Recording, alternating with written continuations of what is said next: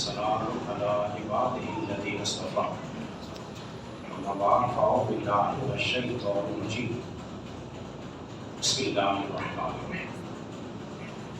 سامنے سنفا آپ حضرات درس سے حدیث سماعت کر رہے ہیں اور ریاض الصالحین سے آنے والی حدیث میں جو ہے وہ 812 اور 813 ہے.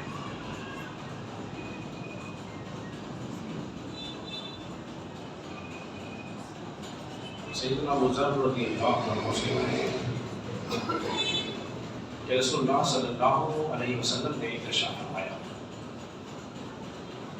فرمایا کسی بھی نیکی کو حقیر نہ جانو، کمتر نہ جانو. تو اپنے بھائی سے خندہ پیشانے سے ملنا ہی کیوں نہ ہو. حضرات محترم اب آپ حضرات توجہ فرمائیے کہ نبی پاک صلی اللہ علیہ وسلم نے کیا ارشاد فرمایا ہے، کسی بھی نیکی کو حقیر نہ جانو. اب اس نیکی کی مقدار بتائی جا رہی ہے اور وہ ایسی نیکی ہے کہ جس کے اندر مال خرچ نہیں ہوتا، اس نیکی کرنے کے اندر ٹائم بھی نہیں لگتا. کوئی کہے نا کہ میرے پاس اتنا مصروف ہوتا ہوں کہ ٹائم نہیں ہے میرے پاس. جس کسی سے کہے میں آپ نماز کیوں نہیں پڑھتے، نماز پڑھا کریں، کہتا مجھے وقت نہیں ملتا.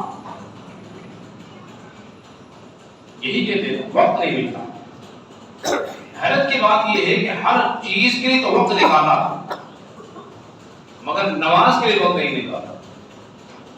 کتنی افسوس کی بات ہے. تو فرمایا یہ ایسی نیکی ہے نہ اس میں روپیہ پیسہ خرچ ہو رہا ہے نہ وقت زیادہ لگتا ہے. وہ کیا ہے کہ ایسی نیکی اب تم اپنے کسی مسلمان بھائی سے ملو نا تو خوش ہو کے مل لیا کرو. خوش ہونا، اس کو دیکھ کے خوش ہونا. بولے یہ بھی نیکی ہے، اتنی معمولی نیکی جس کا تذکرہ قرآن مجید فرقان حمید کے اندر ہے. وہ کیا ہے، فَمَن يَعْمَلْ مِثْقَالَ ذَرَّةٍ خَيْرًا يَرَهُ وَمَن يَعْمَلْ مِثْقَالَ ذَرَّةٍ شَرًّا يَرَهُ. اگر کسی نے ذرے برابر کی بھی نیکی، ذرہ برابر نیکی کی، اس کا اجر بھی پائے گا. اور کسی نے ذرہ برابر بھی تقلید کی، گناہ کیا تو اس کا بھی بولیے سزا پائے گا. ذرہ کسے کہتے ہیں یہ بھی سمجھا ہوتا ہے، باقی بات کھل کے سمجھ میں آ جائے. دیکھیے ذرات جو ہے وہ آنکھوں سے نظر نہیں آتا ہے، آنکھوں سے نظر نہیں آ سکتے، اتنے باریک ہوتے. اب اس کو دیکھا کیسے جا سکتا ہے، دھوپ تیز نکل رہی ہو، کھڑکی میں معمولی سا سوراخ ہو اور دھوپ کے ساتھ جو ایک لیر نظر آتی ہے لائن، وہ ذرات کی لائن ہوتی ہے. وہ ایک نہیں ہوتے، ہزاروں لاکھوں میں ہوتے ہیں. تو کسی بھی نیکی کو حقیر نہ جانو. یہ چھوٹی سی نیکی ہے، کیا ہے؟ جب کوئی سمجھتا ہے کہ تو معمولی سا گناہ ہے، یہ تو یوں ہی معاف ہو جائے گا. بسا اوقات ایک گلاس پانی جو ہے آگ کو بھجا دیتا ہے اور معمولی سی چنگاری جو ہے کسی گھر کو تباہ کر سکتی ہے، جلا سکتی ہے. تو لہذا کسی نیکی کو حقیر نہ جانو. لیکن میں یہاں روک کر ایک بات اور کہتا ہوں جو صوفیہ کی بات ہے، صوفیہ کی اپنی زبان ہے. وہ فرماتے ہیں انسان تو نے نیکی کرنی تو آ گئی، اب جملہ سننا ہے اور سمجھنا ہے اس کو. کیا کبھی تم نے نیکی کرنا تو سیکھ لیا، کیا کبھی نیکی بچانا بھی سیکھا؟ اللہ بڑی پتے کی بات ہے. کیا فرمایا، نیکی کرنا تو سیکھ لیا، کیا کبھی نیکی بچانا سیکھا؟ اب تو ذرا سا کام کرتے تو 50 روپے کرتے. بتاؤ اگر بتا دیا وہ نیکی رہی آپ کے پاس؟ ایک آیت میں آتا ہے کہ ایک شخص جو تھا نا، اس کا مرید اور پیر صاحب جا رہے تھے، حج کا معاملہ تھا، سفر تھا. اب کھانے کی ضرورت تھی انہیں کھانا پکانے کے لیے. تو انہوں نے کہا کہ ایک بستی جب آئی نا، کہا کہ جاؤ اپنے مرید سے کہا کہ جاؤ جا کے تم نمک تو لے لو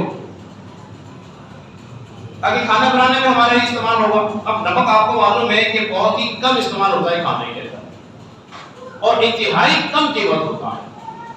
تو مرید اٹھانا گیا، اس نے کہا کہ جاؤ ان سے کہو کہ ہم حاجی ہیں، مسافر ہیں، حج کر کے آئے ہیں، ہمیں نمک کی ضرورت ہے، تو اس نے یہ کہہ کر نمک لے لی، کھانا بنایا، دوسری منزل آئی، پھر ضرورت پڑی، اس نے پھر اپنے منی سے کہا کہ جاؤ اعلان کرو، بتاؤ ہم مسافر ہیں، حج کر کے آئے ہیں، ہمیں نمک کی ضرورت ہے، ہمیں نمک دو۔ وہ پھر چلا گیا۔ جب تیسری منزل آئی اور گھڑ سوار جو کے 20 صاحب تھے، جو بزرگ تھے، انہوں نے کہا کہ جاؤ اس بستی میں پھر لگے کہو کہ ہمیں نمک کی ضرورت ہے۔ اس نے کہا، ہاتھ جوڑ کے رونے لگا کہ لگا اب کس کا حج جا کے بیچوں، اب کس کا حج جا کے بیچوں، پہلے اپنا حج بیچا پھر نمک لے لیا، تمہارا بیچا پھر حج لے لیا، اب ہے کچھ پاس نہیں، اب بتا کیا جا کے بیچوں۔ سمجھائی بات آپ کی؟ یہ بڑی پتہ کی بات ہے۔ تو یہ بار بار اس بات کا اعلان کرنا کہ ہم حاجی ہیں، ہم یہ کام کر رہے ہیں، ہم فلاں کام کر رہے ہیں، ہم فلاں نیکی کام کر رہے ہیں، تو ان نیکیوں کو گا کر بتا کے اپنی نیکی کو ضائع نہ کرو۔ اس میں صوفی فرماتے ہیں کہ نیکی کرنی تو سیکھ لی، نیکی بچانے بھی آنی چاہیے۔